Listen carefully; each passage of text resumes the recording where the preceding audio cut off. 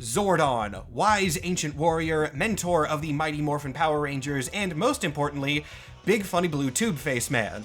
Despite Zordon's incredibly simple design, and in fact, maybe because of it, this character has become incredibly iconic within the Power Rangers fanbase and beyond. That said, he doesn't really do too much in the original series.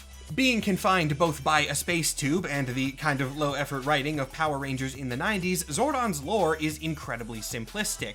But as Power Rangers has gotten more popular over the decades, and as its fan base has aged a little bit, a lot more developments have been made to this character's background.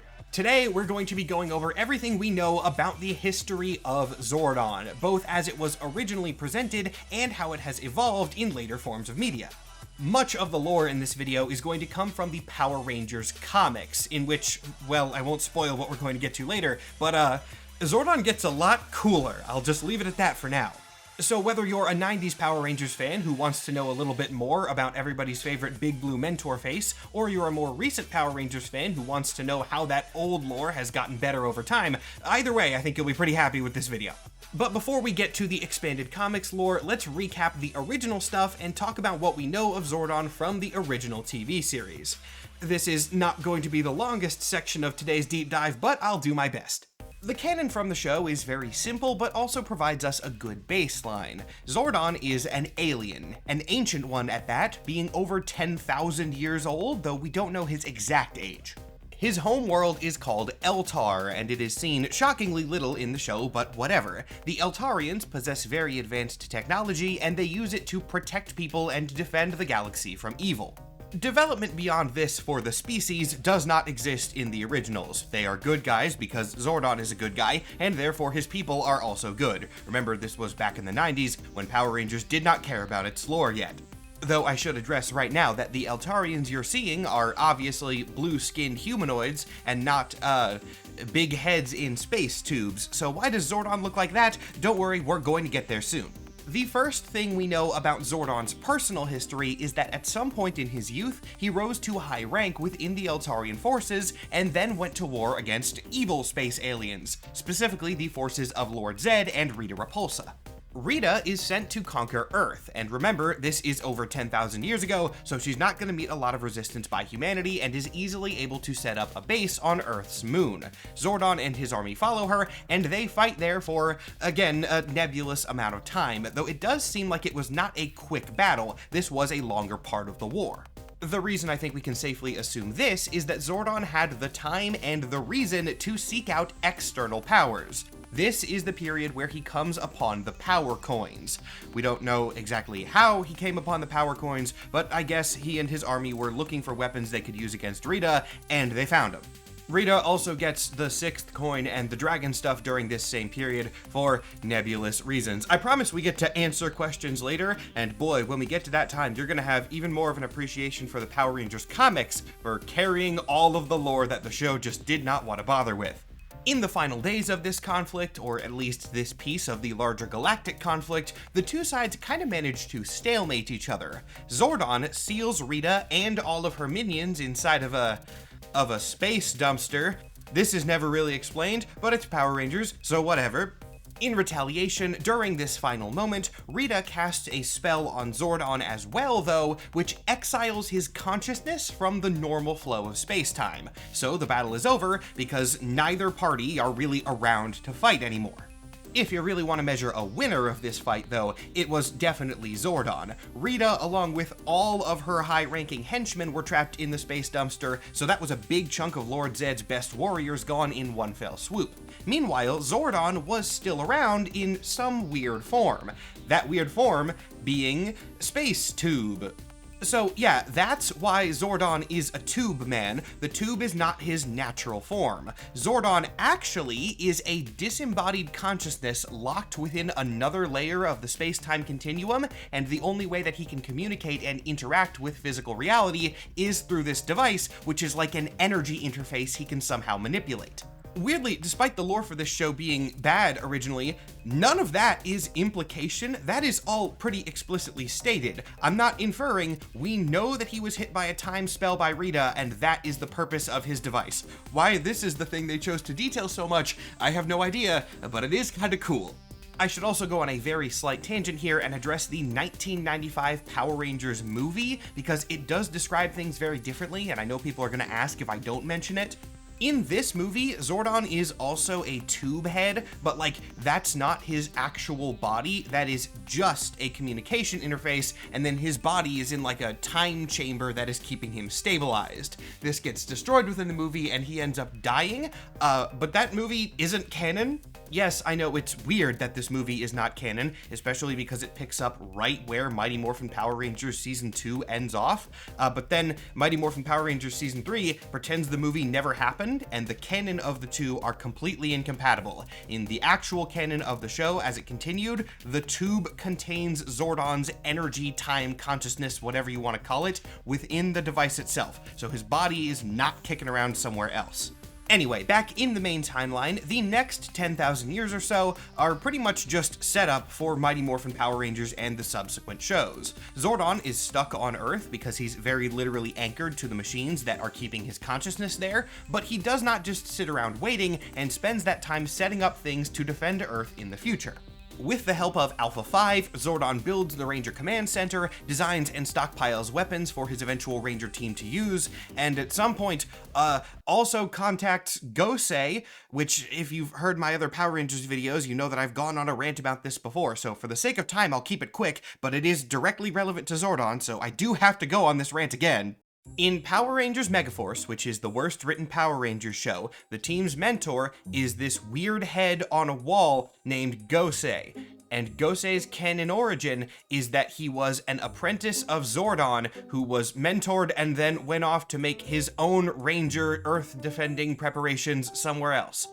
And that is the end of his lore. He makes no sense whatsoever, and he only exists because Megaforce was intended to be a tribute to the original Mighty Morphin, so they just did everything that Mighty Morphin did, but worse, which meant they needed a floating head mentor character, and so they just kind of shoved Gosei in there. I don't know what he is, or where he came from, or why he's doing the things that he's doing. He is just there, and the show does not tell us anything else. But apparently, he has his origins in this 10,000 year gap between Zordon going in the tube and Mighty Morphin Power Rangers. So I've addressed him, and now I don't have to again until the next inevitable Gosei rant. Time skipping through the rest of this period, we reach 1993 and Season 1 of Mighty Morphin Power Rangers. Rita's space dumpster is opened up by astronauts, and not really caring about the 10,000 year gap other than apparent mild annoyance, she starts trying to conquer the planet again. After 10,000 years, I'm free! It's time to conquer Earth! Fortunately, Zordon has had a lot of time on his hands, or time on his face, to handle this and is ready to mount a defense, calling to recruit a team of teenagers with attitude and make them the new Power Rangers. Zooming out to larger Power Rangers world building very briefly, I should say that these are not the first Power Rangers, not by a long shot. The universe has had different teams of Rangers for a very long time, and by extension, different groups of Zords. So I need to address that naming convention. In the original show, it is very heavily implied that the Zords that the Power Rangers use, the first set of them at least, are just large robots either found or built by Zordon, which are powered by the energy from their power coins. With this, it kind of makes sense why they're called Zords, because they were made by Zordon. But with the expanded lore as it has continued, that doesn't really make sense because Zordon didn't invent them. So I don't really know why they're called Zords, and unfortunately, there's not a good answer. The real reason is that they were just called Zords because they were called that in the original when Zordon was their creator. And as the lore has evolved, the name has just stuck, so on a grand scale, Zordon and the Zords are not really connected, and the name is probably a coincidence. Later media has established that a lot of Eltarian names do begin with Z, so yeah, he just happened to have the same name as giant robots, I suppose. The point is, Zordon has a lot of cool stuff, and providing the Rangers with said cool stuff is one of his primary roles within the show. Zordon serves as the mentor for the next several teams of Rangers, often revealing new powers and weapons kind of just by pulling them out of his tube, which can be explained away lore-wise by the fact that he had 10,000 years to prepare, and I guess had backup plans on backup plans.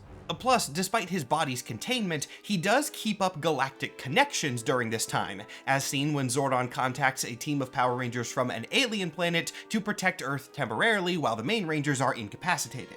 The next major beat for Zordon's personal story in the Power Rangers show is when he is freed from his energy tube by a little alien wizard that looks like this, and restored to a physical form, he returns to his homeworld of Eltar. And the reason that I'm skimming over what sounds like a very important event super quickly is that he gets captured and put back in an energy tube in the subsequent show, so this doesn't really matter at all. But Eltar is still around after 10,000 years, so that's nice to hear. And now, not that far into this video, we are already at Zordon's death, though remember, most of this video is going to be his younger days as described in the comics, so far more interesting things to come, but he has to die first.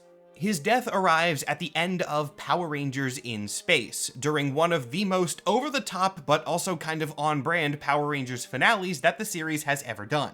The villains of this arc were called the United Alliance of Evil, and they consisted of all the villains from the previous shows united under one singular front. And to defeat such a mighty force, Zordon sacrifices himself to trigger something called the Z-Wave. So then what's the Z-Wave, you might ask? Oh well, it's nothing too crazy. The Rangers just shatter Zordon's energy tube, sacrificing his spirit, but using it to unleash a universe-spanning pulse of raw good that purges all evil within the entire universe. Hang on, what? Yeah, the Z-Wave is never really explained beyond a surface level description, and the surface level description is batshit crazy. Zordon was apparently so good at his core that when he died, it just removed all evil. Everyone who had good in their heart, which was like half the main villains, got turned into a purely good version, and everyone who was pure evil just kinda died. From a world building perspective, this is crazy. I guess it's crazy from any perspective, but especially a world building one. It also didn't work, since there are a ton of other evil forces that somehow still remain in the universe, either arising after the Z-Wave or being hand-waved away as somehow avoiding the Z-Wave through indeterminate means. Effectiveness of this purity nuke aside, Zordon is dead and would not be shown in the show for a very long time. Even when he does return in the modern day, it is only through implication. The anniversary special, Power Rangers Once and Always, suggests that Zordon is still around in some form, and that the Z-Wave did not actually kill him, but like scattered his consciousness throughout the universe, and then this is followed up on in Power Rangers Cosmic Fury, where we see Zordon is still alive within the Morphin Grid. For those who don't know, the Morphin Grid is an extra-dimensional zone where the Power Rangers draw all of their energy from. I have a much longer in-depth video on how Power Ranger abilities work if you're curious, but for these purposes now, that field can contain consciousness, and apparently Zordon went here after the Z-Wave. He does seem to have some sort of amnesia, however, and if you're wondering why Zordon looks like this now, technically he doesn't. The guy he's talking to in this scene is the Cosmic Fury Gold Ranger, and Zordon is appearing in the shape of his best friend. So it kind of implies Zordon is like a formless energy being, taking on a form that will be comforting to the mortal he's talking to. You know, that kind of trope? We do get to see Eltar as well in Cosmic Fury, though it's only very briefly. It is taken over by a resurrected Lord Zed before he is defeated by the Rangers. Zordon does not make an appearance relevant to Eltar's return, but Zed does lament that his old nemesis is not around to watch his homeworld be subjugated. Wow. And then this is the end of the main Power Rangers show continuity, at least for now. We don't know for sure whether the upcoming reboot is going to be in the same timeline or not. Regardless, Zordon is dead, but his consciousness lives on in the grid, and that is everything that we've gotten about him in the show timeline. Now, we get to the fun stuff.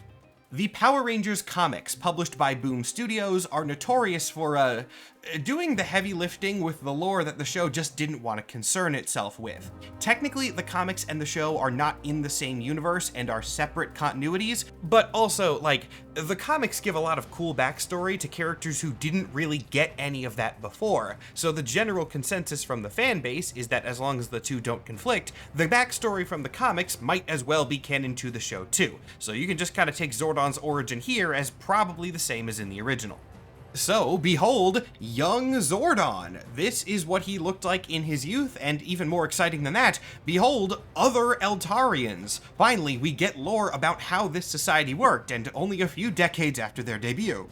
Even this far back in the past, the Eltarians are already incredibly advanced, and serve the galaxy with a sort of peacekeeping force called the Guardians of Eltar. The best way I can describe them is kind of like a combination of the Nova Corps from Marvel and the Federation from Star Trek. The Guardians do have a standing military, but I want to begin by talking about one of their more subtle types of missions, as this is where we get to hear Zordon first talk about his family.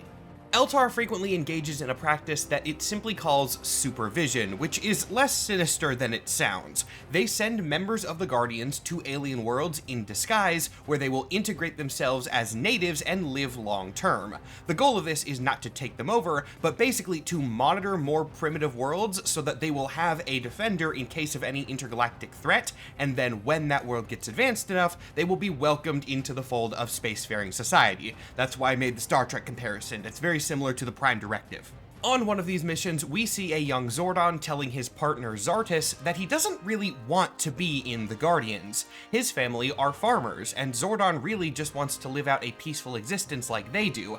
However, his culture very heavily values giving back to society, and by joining the Guardians, he is fulfilling that requirement. Once he's done his duty, he will return to the farms, or at least that was his original plan. Despite only joining the Guardians out of societal obligation, Zordon proves to be very good in this role and rapidly rises through the ranks. So let's take a look at those ranks and how the Guardians of Eltar are organized. Most rank-and-file Guardians wear pretty standard sci-fantasy military uniforms, and they are all organized into one of 3 companies. Each of these companies is led by a Chief Guardian, and these guys look a lot more Power Rangers-y.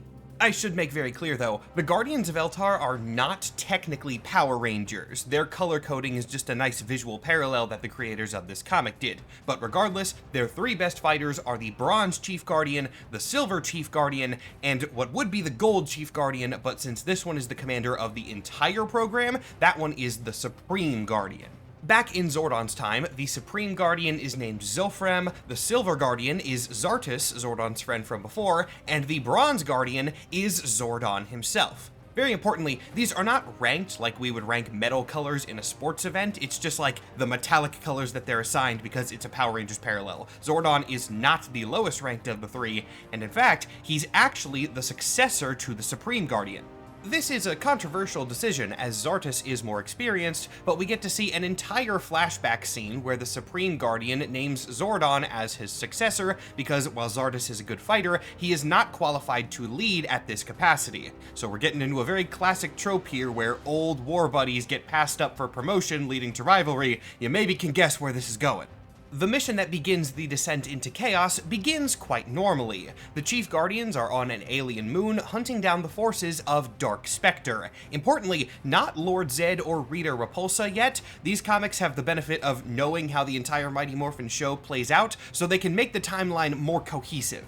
Every season of the original show needed a fancy new bad guy to scare people with, so they just kind of kept revealing new members at the top of the villain chain of command whenever they wanted something fancy to happen.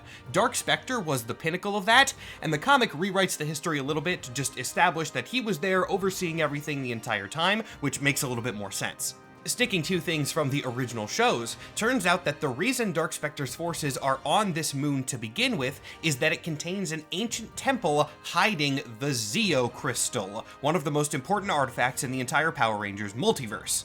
The lore of exactly what this thing is kind of complicated, but to simplify it for here, the Zeo Crystal basically generates infinite energy by siphoning it out of other dimensions. And an infinite energy device is obviously a very good thing for an army to have, so it's quite important that the Guardians can keep it from falling into Dark Spectre's hands. Zordon actually wants to go a step further with it though, suggesting that Zofram take the Zeo Crystal himself and use it to end the entire war, becoming, quite literally, a warrior god. That is actually something that is said on the page, which seems a little bit out of character for Zordon. So you know something big is going to happen to change his mind on big displays of power in the future. That moment begins when a mysterious assassin arrives to claim the Zeo Crystal for himself.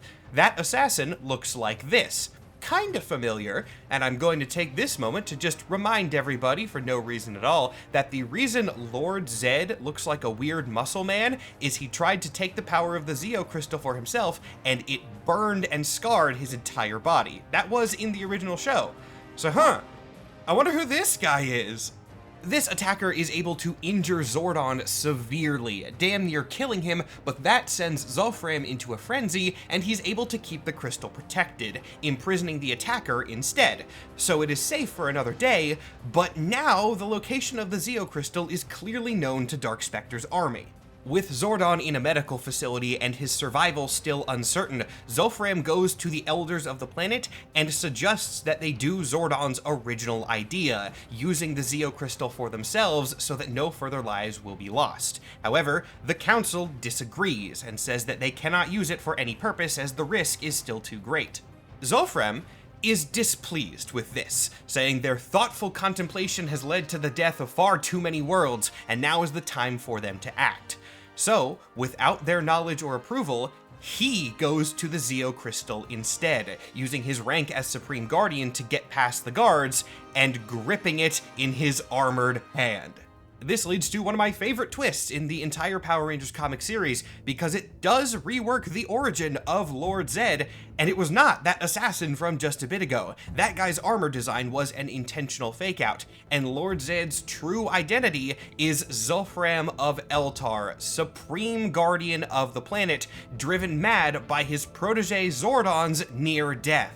Horrifically scarred and traumatized further by his inability to handle the Zeo crystal by himself, Zofram's outlook on past events changes substantially. Remember, the sequence so far is that he sort of took Zordon in as an apprentice, appointed him his successor, and then, once the Zeo crystal was discovered, Zordon, in a show of faith, said that his leader should wield it himself. But then, when that happened, it did this, and in his new madness, Zed believes that Zordon knew what would happen to whoever touched the Zeo crystal, and by encouraging Zofram to wield it, was trying to kill him so that he could take his appointed place as Supreme Guardian.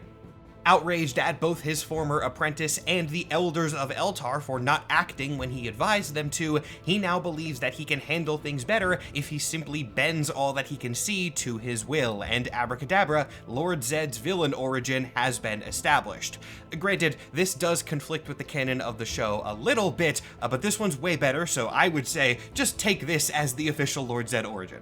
Zofram does keep one ally throughout his transformation though, that being Zartus, the third Chief Guardian. Even though he was passed up for the promotion, he remains loyal to his commander, and after Zofram touched the crystal and was knocked out immediately, Zartus took him to safety so that he would not face immediate consequences for what he had done. We'll return to this pair in a moment, but for now, the important thing for Zordon's story is that no one knows what exactly happened to Zofram. His survival is kept very, very secret, and to the rest of Eltar, it's only known that he sacrificed himself in some incident regarding the Zeo crystal. His legacy is preserved, but the Supreme Guardian is gone regardless, and that means it's time for Zordon's promotion. Thus, Zordon becomes the new Supreme Guardian, with Zartus still as his second-in-command, and he's not being sinister about that at all. With command of the Guardians in Zordon's hands, he amps up security around the area containing the Zeo crystal and begins fighting Dark Specter's forces once more. Some short time after this, a new player in that evil army arises, a mysterious figure known as Lord Zed, though nobody would figure out his true identity until thousands of years later. So yeah, not only do the Power Rangers comics flesh out these characters' backstories quite a bit, they directly connect the origins of Zordon and Lord Zed. And we're not even done with stories of that type, because Zordon is also related to Rita's origin. In a different Power Rangers comic, though one that is still in the same continuity, we see another flashback scene to Zordon's history taking place on the planet Iutus. In this, we see a sorceress named Lady Fienna giving birth to a daughter, and immediately after that daughter is born, they are visited by Zordon. We don't know how long exactly this takes place after Zordon becomes Supreme Guardian, but he is in charge of the Guardians at this point. Since Iutus is under Eltarian protection and Lady Fienna is a powerful ally, Zordon pledges his personal protection over both mother and child, at which point Fienna names her daughter Rita. Unfortunately, as powerful a thing as the protection of Zordon is, it is not enough to save Rita from the trouble that would befall her. See, while Rita's mother was a very good person, her father was... well, her father's name is Master Vile, and I think that kind of says it all. Master Vile is not his birth name, of course. Originally, he was called Eldon, and he was a sorcerer alongside his wife, Fienna. However, his magic took him in a darker direction, and after Rita was conceived, he was corrupted by Dark Spectre. Seeing what was happening to her husband, Fienna fled and gave birth to her daughter, and this is probably why Zordon was present. The Eltarians assumed that Master Vile would come to reclaim his child and set protectors in case that happened. Sadly, Zordon could not be everywhere at once, and with the forces of Dark Spectre rampaging across the galaxy non-stop, Master Vile was eventually able to track down his former family and capture his daughter, killing Lady Fienna in the process. This is the canon reason why Rita Repulsa is so incredibly evil. She was raised by her supervillain dad after he killed her mother, which is also a very good villain origin story. This is one of the last major flashbacks to Zordon's past that we see, and given Rita's age, there's definitely a few decades between this and her eventual attack on Earth. In the meantime, Zordon continues leading the Guardians, and Dark Spectre's forces continue to spread. All of this setup does help to answer a very good question that went unanswered in the original series. If Dark Spectre and the evil army were such a universe-spanning thing, why was the leader of the Guardians so incredibly concerned with Earth when Rita attacked it? And, well, now we know it was a very emotional thing. Remember how I said the Zeo Crystal was originally found on a moon and then left there under higher guard? Yeah, that moon was the moon, like Earth's moon from thousands of years in the past. So when Rita Repulsa was trying to claim it, from Zordon's perspective, that was the child he had failed to protect trying to claim the artifact that had killed his commanding officer. I don't blame him for getting personally involved. This part then plays out more or less as it is described in the original show. Rita and her army try to claim the Zeo Crystal, Zordon and his warriors fight them off, but then at the end, Zordon traps Rita, and Rita curses Zordon into the time warp thing. We do get a little bit more context as to how Zordon survived Rita's attack. It was thanks to Alpha 5, who was able to recover his consciousness before it was entirely lost. Then the 10,000-year time skip. Zordon remains on Earth, 1 because he's trapped there, but 2 to keep an eye on the Zeo Crystal from a closer distance, and far off in the other parts of the galaxy, the Guardians of Eltar and the forces of Dark Spectre continue their eternal battle. This is where all the flashbacks to Zordon's history from the comics come to a close. So everything from this point on is not the same as in the show. This is from the present day continuity of the comics where things are definitely different. But I shouldn't just end the video here. I should definitely tell you exactly why all these flashbacks were happening. The reason the comics decided to give us a big Zordon history arc is that these flashback scenes were interspersed with something that was happening in the present, that being Zartus coming to Earth.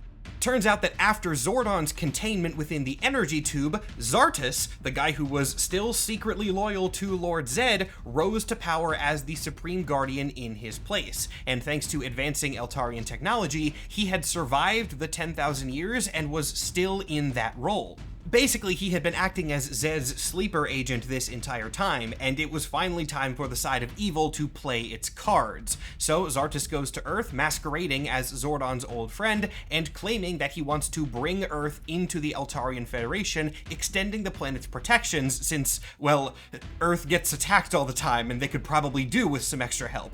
This is, of course, all just a front to get into the Ranger Command Center and assassinate Zordon, and that's the context we were seeing all the flashbacks in. Since Zordon is like a weird time consciousness, his tube getting shattered doesn't immediately kill him, but it does detach him from time again, and he is now reliving events from his past. The Rangers have to go into those little flashback memories and retrieve him, which is what we were seeing the whole time.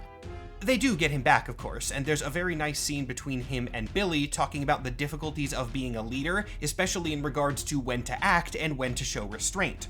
Zordon feels a lot of guilt at his lack of action, as a lot of the threats now facing Earth are because he didn't do enough in the past. But on the other side of that, a lot of these villains happen because people were trying too hard to hold on to power and using it in situations when they shouldn't. The moral of all this being that there isn't essentially a right answer. There's no correct way to use power that's going to fit every situation. Basically, it's the classic superhero with great power comes great responsibility thing again, but in this case, it is done within the context of leadership and how that affects the people you are supposed to oversee, and I do think it works very well in that way. And at the end of this nice emotional moral scene, Zordon decides that he has been sitting on the sidelines too long, and in this case, the responsible thing for him to do as a leader is to act directly. So he gets a cool cyber battle suit because his old tube was destroyed, and so now he's got this thing, and he's got like a helmet dome that his blue head is floating in, so he enters the battlefield directly, and he has a fight with Lord Zed, because these comics, they're still Power Rangers comics at the end of the day. They're better written, and they have better morals, but like, they're gonna do cool Power Rangers things. Zordon and Zed actually team up briefly after this, though it's definitely an enemy of my enemy is my friend situation, as they realize they've both been manipulated by Zartus. We know why Zartus hated Zordon so much. He was bitter about being passed up for the promotion, but in this comic, we also find out that one of the reasons the Zeo Crystal injured Zofram so badly all those thousands of years ago was that Zartus had tampered with its protections without permission. So everyone in this situation kind of hates each other, but Zartus is the most hated, meaning that he gets taken out and Zordon comes out on top. Well, technically he wins the triple battle, but Zordon, being the man he is, tries to spare Lord Zed, as he still does see him as his old commander who was corrupted, and hopes that there is some shred of good left in him. There doesn't seem to be, but in a slight moment of kindness, recognizing that Zordon showed him mercy, Lord Zed does allow him to live, letting Alpha 5 take his body away and then retreating into space. Zordon's battlesuit is unfortunately too damaged to be a lasting thing, but he does get a great scene right at the end of this where he sheds a single tear as he looks over the city that he protects from the top of one of the Zords, because he's literally never gotten to do that before. This is the first time in thousands of years that he's gotten to directly see the people that he's protecting, and man, these comics are so good. With the Eltarian leader defeated, the rest of the invading forces, who were really not evil and just being manipulated by Zartus, go back to their home planet. Skull gets to kiss his Eltarian girlfriend. Yeah, Skull of Bulk and Skull has an Eltarian girlfriend in the comics. That was also a thing that happened here. And then the comic moves on to the next arc, having given Zordon and his villains way more backstory than the original show ever did. And now that seems like a very good wrap-up point, but there is one more thing I have to do in this video, and I am just going to shove it in right at the end here. What happened to Zordon's body? Like, his consciousness got sent into the time warp thing. We've talked about that a lot. But did his body just disintegrate or die? In the 1995 movie, it was still around, but that's not a thing in the other continuities. So how do they handle that? Did they address it at all? What if they decided to make it a villain?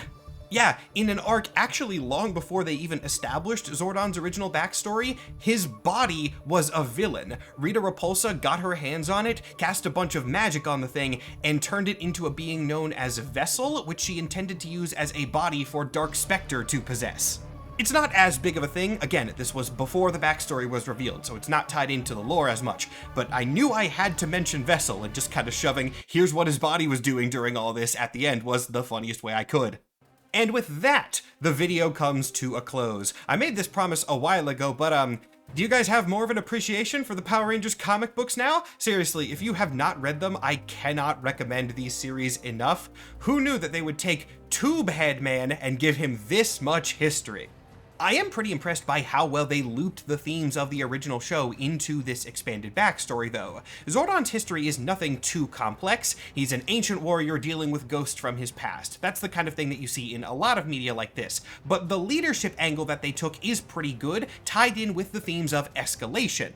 A big thing in Power Rangers all the way back to the originals is that they are not allowed to escalate a fight. This is the canon explanation for why they can't summon the Megazord at the beginning of battles, because that would end the fight quickly, but probably cause undue damage, and so they only match force as necessary rather than bringing the most force possible to everything they encounter.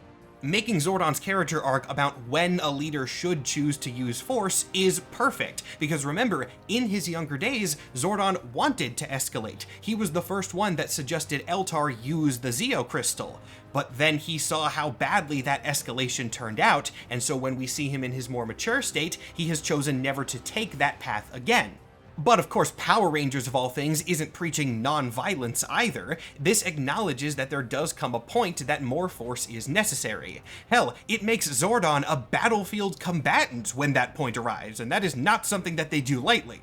Zordon's catchphrase has always been, "May the power protect you." That's been a thing since the original series, but this comic redefines it. The power in this phrase, in Zordon's own words, isn't some energy field or supernatural guide. It's our actions, our decisions, it's what we think and do when no one is watching. It's what we are. Is this moral a little bit cheesy?